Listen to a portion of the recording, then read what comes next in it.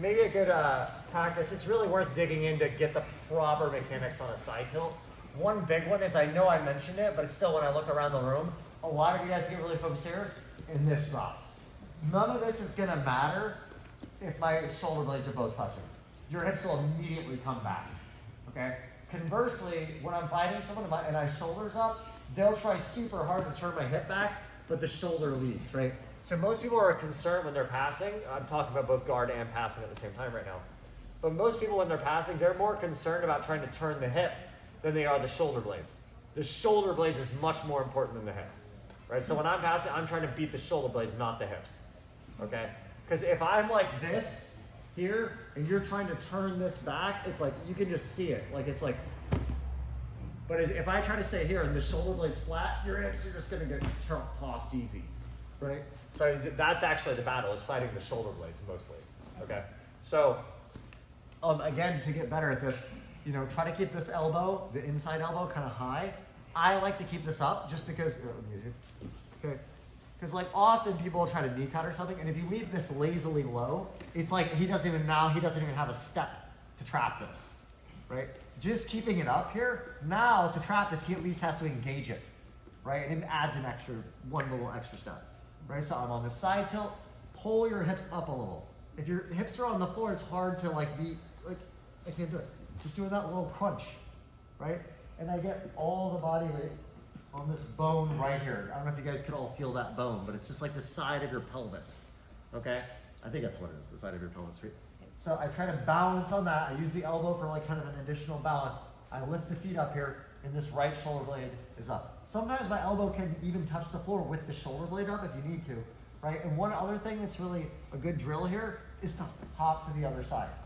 I feel like that trains you to really understand. You see, I use my elbow to help support that, so I might go here, boom, right? And sit up, like that. You don't want to be in this place where you're getting stuck on the floor and then you start getting jammed up, okay?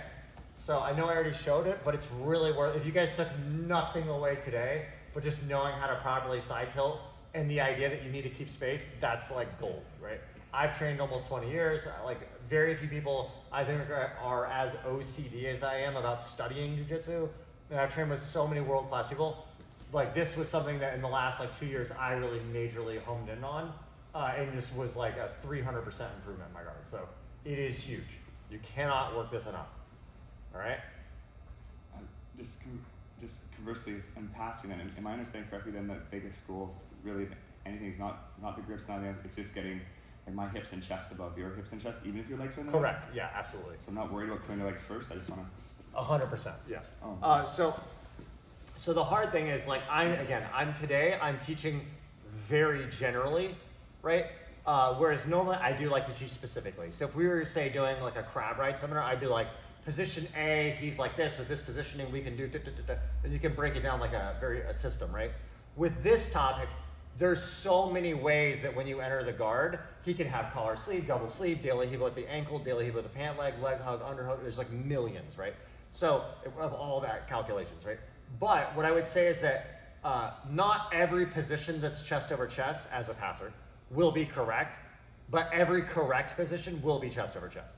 Okay. Does that make sense? Totally makes sense. So like if I came in, for example, like I can't just like be under back, right? I can't just be like chest over chest, like you know, it matters. Right?